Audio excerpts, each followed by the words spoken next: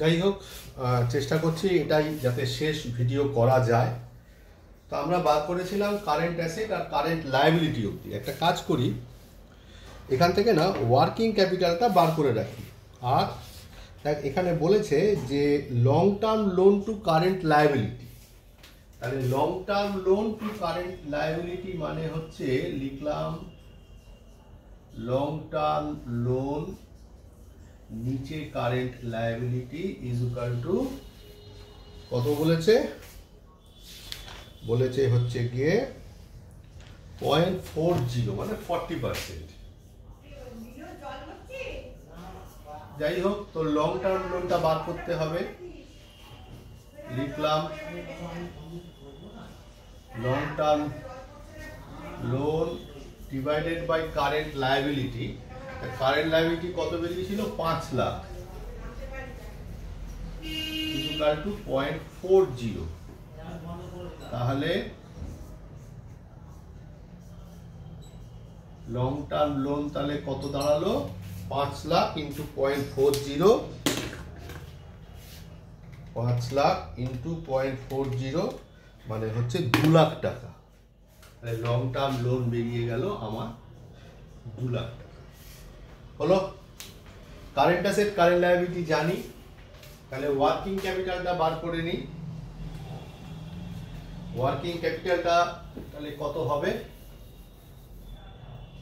লিখব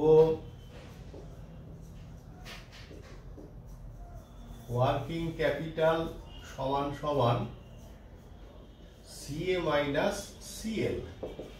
current asset কত? Current asset 8 lakh আর current liability 5 lakh. তার মানে কত হলো ওয়ার্কিং ক্যাপিটাল বেরোলো আমার 3 লাখ। এবারে অঙ্কের মধ্যে আমরা তারা দেখতে পাচ্ছি যে জিপি রেশিওর কাজ হয়ে গেছে, কারেন্ট রেশিওর কাজ হয়ে গিয়ে লিকুইড রেশিও বেরিয়ে গেছে, স্টক টার্নওভার রেশিও হয়ে গেছে, ডেটর্স টার্নওভার রেশিও হয়ে গেছে, ব্যাংক ওভারড্রাফট নীল কাজে লাগিয়েছি। এবারে বলেছে ফিক্সড অ্যাসেটস টু নেটওয়ার্থ। দেখাতে বলছে। এই জায়গাটা তাহলে আমাদের কাছে বাকি আছে, দেখা যাক।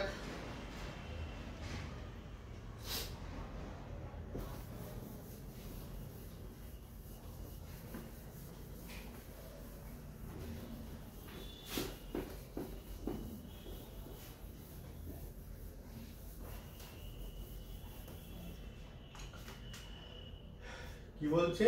ফিক্সড অ্যাসেট টু নেটওয়ার্থ, তার মানে নেটওয়ার্থ হচ্ছে নিচে।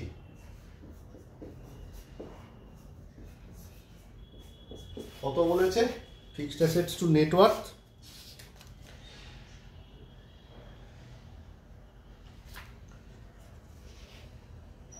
0.90। তো ব্যাপারটা হচ্ছে কি, যে যেহেতু ফিক্সড অ্যাসেটস বাই নেটওয়ার্থ বলেছে, নেটওয়ার্থ মানে হচ্ছে বেসিক্যালি শেয়ার হোল্ডার্স ফান্ড বোঝায়। তো ঘটনা হচ্ছে কি, যেহেতু আমরা ফিক্সড অ্যাসেট লিখেছি সেই জন্য এটাকে আমরা অ্যাসেটস অ্যাপ্রোচে যাব, মানে নেটওয়ার্থটা। শেয়ার ফর্মুলা কি হবে? Fixed asset plus working capital minus long term loan is equal two 0.90। হলো? ফিক্সড অ্যাসেটটা জানি না, এটাই বেরোবে। Fixed asset plus working capital সম্ভবত 3 লাখ টাকা বেরিয়েছিল। ওয়ার্কিং ক্যাপিটাল একটু দেখবার চেষ্টা করি। হ্যাঁ, 3 লাখ টাকা বেরিয়েছিল। লং টার্ম লোন বোধহয় 2 লাখ টাকা বেরিয়েছিল। লং টার্ম লোন একটু দেখতে দে, ভুলে গেছি। লং টার্ম লোন বেরিয়েছিল 2 লাখ টাকা।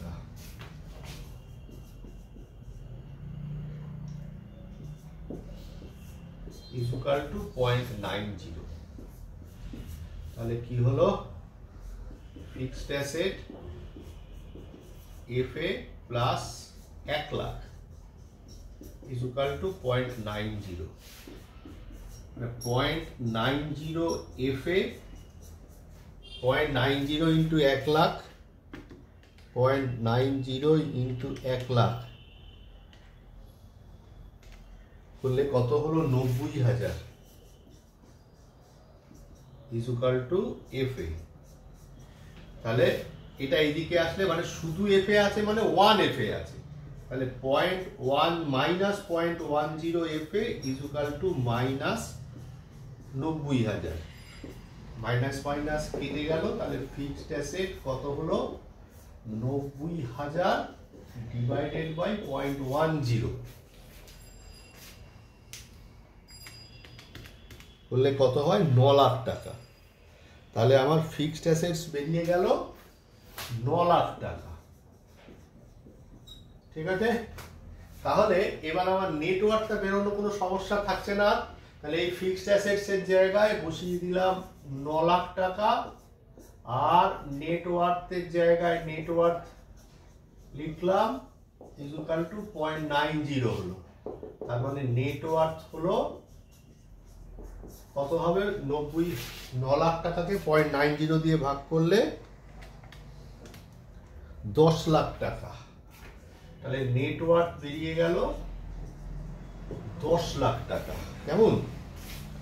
তাহলে নেটওয়ার্থ বেরিয়ে গেল 10 লাখ টাকা।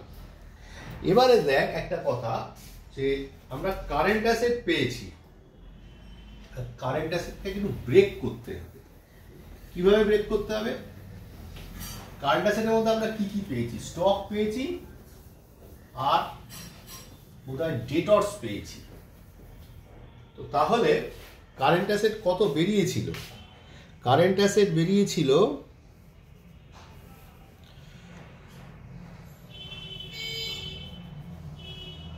খুঁজে পাচ্ছি না, কারেন্ট অ্যাসেট বেরিয়েছিল 8 লাখ টাকা। তাহলে কারেন্ট অ্যাসেট মানে আমি লিখি যে stock plus debtors plus cash and bank হলো। কারেন্ট অ্যাসেট কত ছিল? 8 লাখ টাকা। স্টক কত বেরিয়েছিল? স্টক বেরিয়েছিল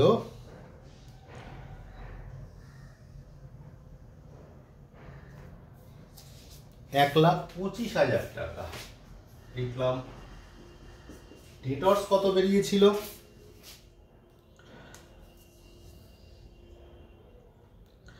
ডেটর্স বেরিয়েছিল 6 লাখ টাকা লিখলাম। ক্যাশ অ্যান্ড ব্যাংকটা জানি না,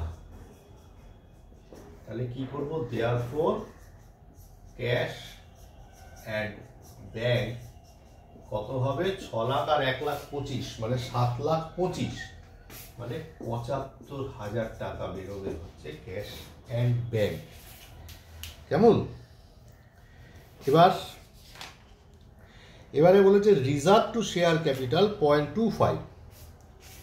রিজার্ভ টু শেয়ার ক্যাপিটাল, তাহলে লিখলাম রিজার্ভ টু শেয়ার ক্যাপিটাল হচ্ছে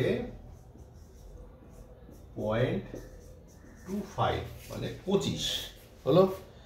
আচ্ছা, এবার এই যে এখানে এই জায়গাগুলোকে একটুখানি ভালো করে শুনতে হবে, যে এই যে নেটওয়ার্থ, এই যে নেটওয়ার্থ আমরা যে করেছি, নেটওয়ার্থ আমরা কি করেছিলাম? Fixed asset plus working capital minus long term loan. এটা কোন দিক দিয়ে করেছিলাম? এটা করেছিলাম অ্যাসেটস অ্যাপ্রোচে। এবার লায়াবিলিটি অ্যাপ্রোচে নেটওয়ার্থের ফর্মুলা কি লিখবো? Again net worth equals to share capital plus হচ্ছে গিয়ে রিজার্ভ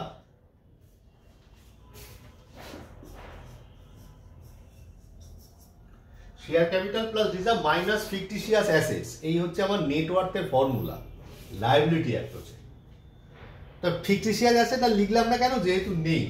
তাহলে আমার তাহলে নেটওয়ার্থ আমি কত জানি? আমি নেটওয়ার্থ জানি 10 লাখ টাকা। নেটওয়ার্থ মানে জানি 10 লাখ। আচ্ছা ভালো কথা, তাহলে এবার ঘটনা হচ্ছে কি যে নেটওয়ার্থ মানে জানি 10 লাখ টাকা, 1 2 3 4 5 6। Share capital plus reserve